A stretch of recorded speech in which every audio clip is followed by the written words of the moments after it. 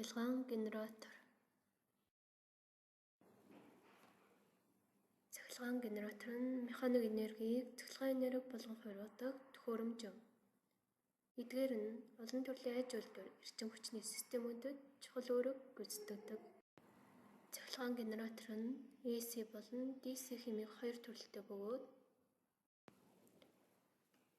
AC генератор нь ээлжлэнгүйд л үүсгдэг бөгөөд синхрон болон асинхрон хэмээх хоёр төрөлтэй. Ихэвчлэн эрчим хүчний систем, машин, үйлдвэрүүдэд ашиглагддаг бол DC генератор нь тогтмолгүй л үүсгэх бөгөөд цахилгаан хөдөлгөөрүүд, батарей цэнэглэгч, гал тэрэгний системд өргөн хэрэглэгддэг байна. Цахилгаан генераторын үндсэн бүрэлдэхүүн статор, ротор орно. Ротор нь механик энергийг эргэлдэж буй хөдөлгөөн болгон хуургадаг. Энэ нь цахилгаан соронзон орон үүсгэж, цахилгаан энерги үйлдвэрлэхэд тусалдаг бол статор нь соронзон оронд эргэлдэж буй роторын хөдөлгөөнийг цахилгаан гүйдэл болгон хуургадаг байна. Цахилгаан генераторын үйл ажиллагааны зарчим нь 3 хэсгээс бүрдэн. Нэгт эргэлт. Генераторын ротор нь механик хүчээр эргэлдэж соронзон орон үүсгэдэг. Энэ эргэлт нь цахилгаан эрчим хүчийг үйлдвэрлэх эхлэл болдог.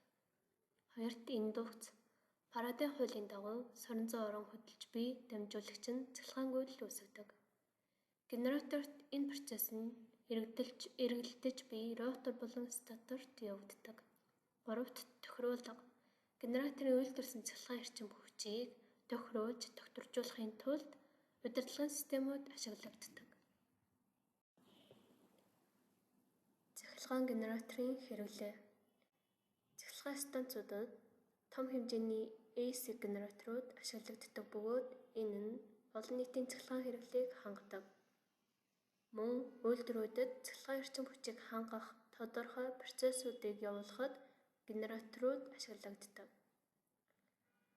Жижиг хэмжээний генераторуудыг гэр ахуйн цахилгаан хэрэглээнд ашиглах боломжтой бөгөөд онцгой байдлын үед болон цахилгаан тасарсан үед генератор нь эрчим хүчний тасалдлыг нөхөх үүрэгтэй байна.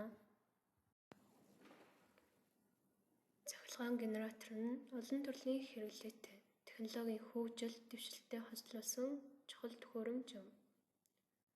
Мөн орчин үеийн технологи, үйлдвэрлэл, өдөр тутмын амьдралд чухал үүрэг гүйцэтгэдэг бөгөөд тэдгээрийн төрөл, үйл ажиллагааны зарчим, хэрэглээний талаар дэлгэрэнгүй судлах нь цахилгаан эрчим хүчний системийг илүү сайн ойлгоход тусалдаг байна. Анхаарал хандуулсанд баярлалаа.